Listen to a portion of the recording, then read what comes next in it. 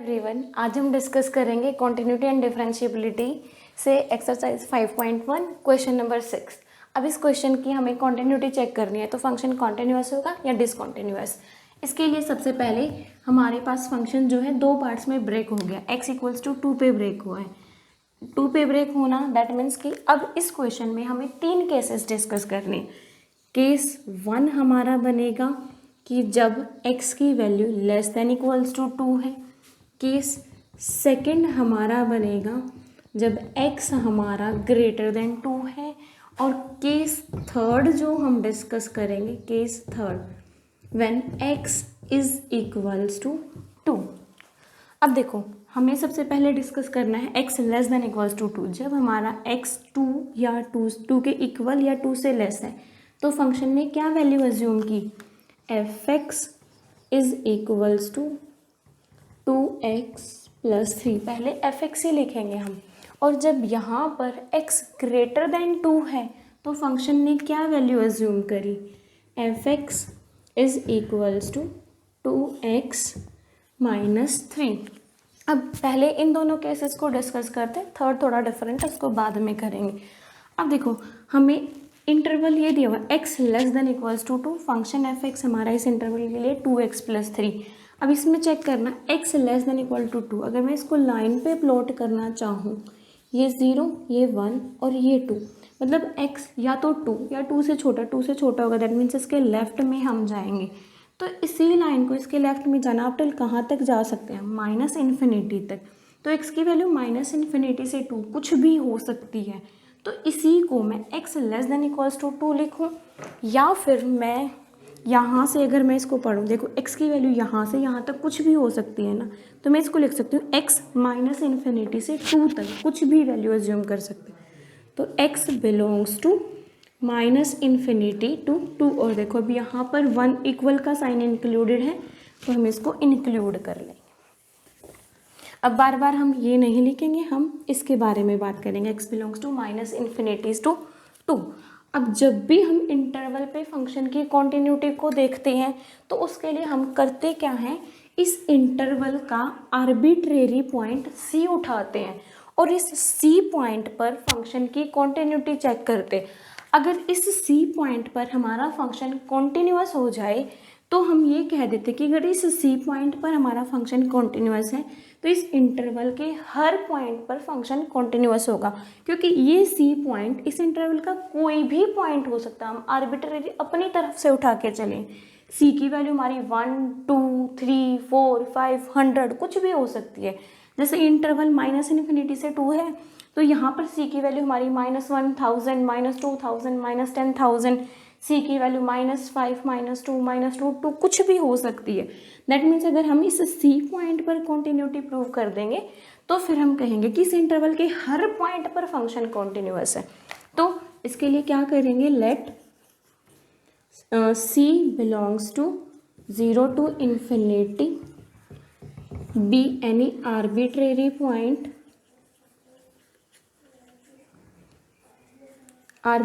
point हमने उठा लिया।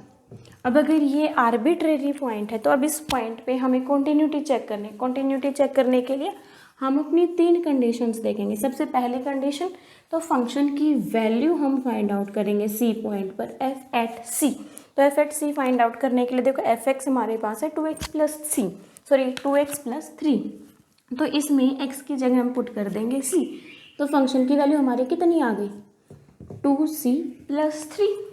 अब इसके बाद अगर सेकंड हम देखें तो हम निकालते हैं फंक्शन की limit, x approaches to c f of x। और एक चीज़ का ध्यान रखना, हम जब भी हमारे पास सिंपल पॉलिनोमियल्स की फॉर्म में इधर रखा हो ना, तो हम हमेशा डायरेक्ट लिमिट फाइंड आउट करते हैं x approaches to c।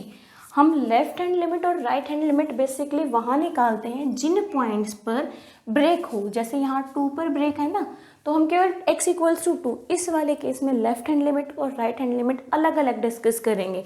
But जब हम ये 2 केस कर रहे हैं तो हम डायरेक्ट लिमिट फाइंड आउट करेंगे, x approaches to c f(x).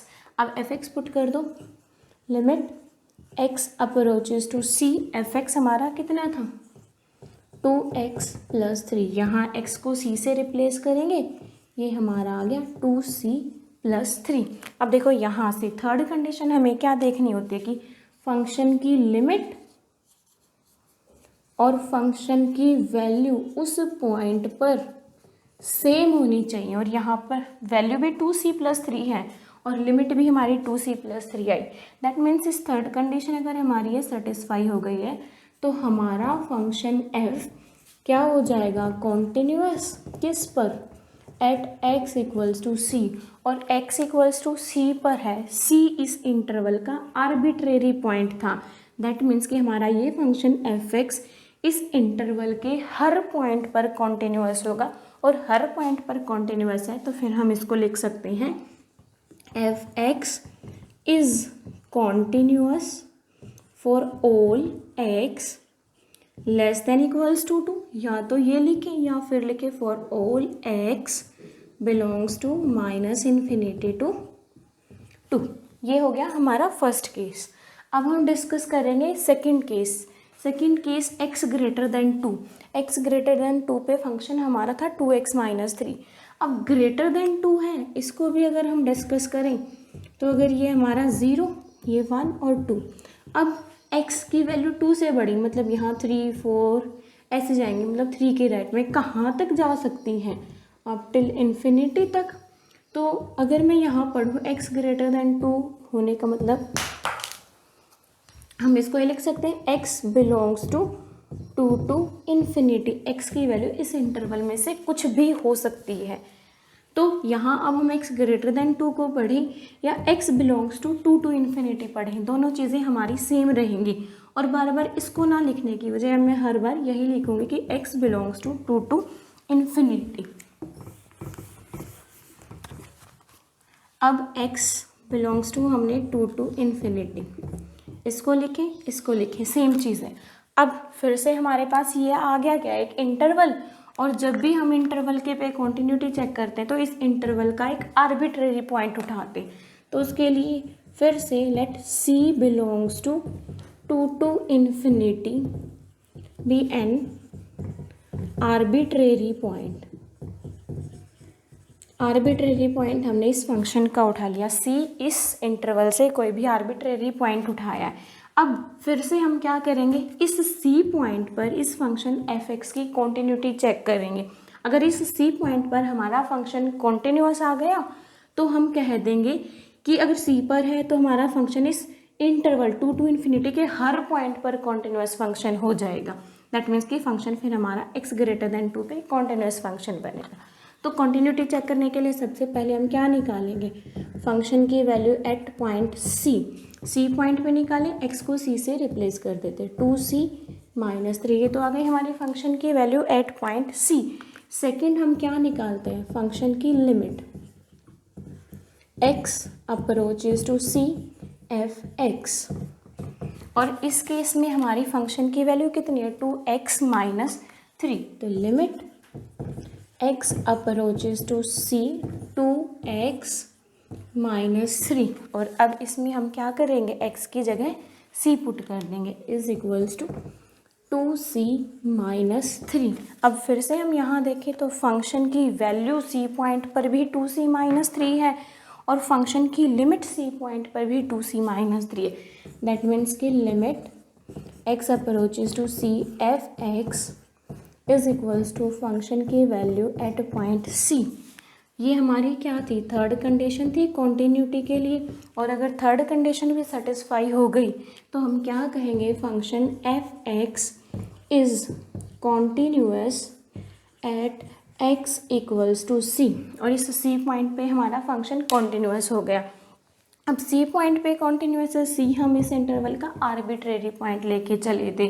That means कि अगर c पर है तो इस इंटरवल के हर पॉइंट पर हमारा ये फंक्शन कॉन्टिन्यूअस होगा, और अगर इसके हर पॉइंट पे कॉन्टिन्यूअस है तो फिर हम लिख देंगे f(x) is equals to 2x - 3 is continuous function for x greater than 2 और x belongs to 2 to infinity. अब हम डिस्कस करेंगे इसका थर्ड पार्ट।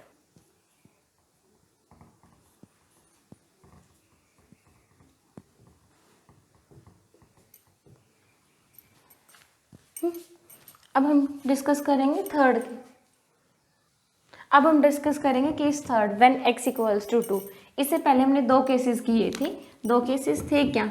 एक तो था जब हमारा x less than equals to 2 था, और एक केस किया था हमारा जब x ग्रेटर देन 2 था।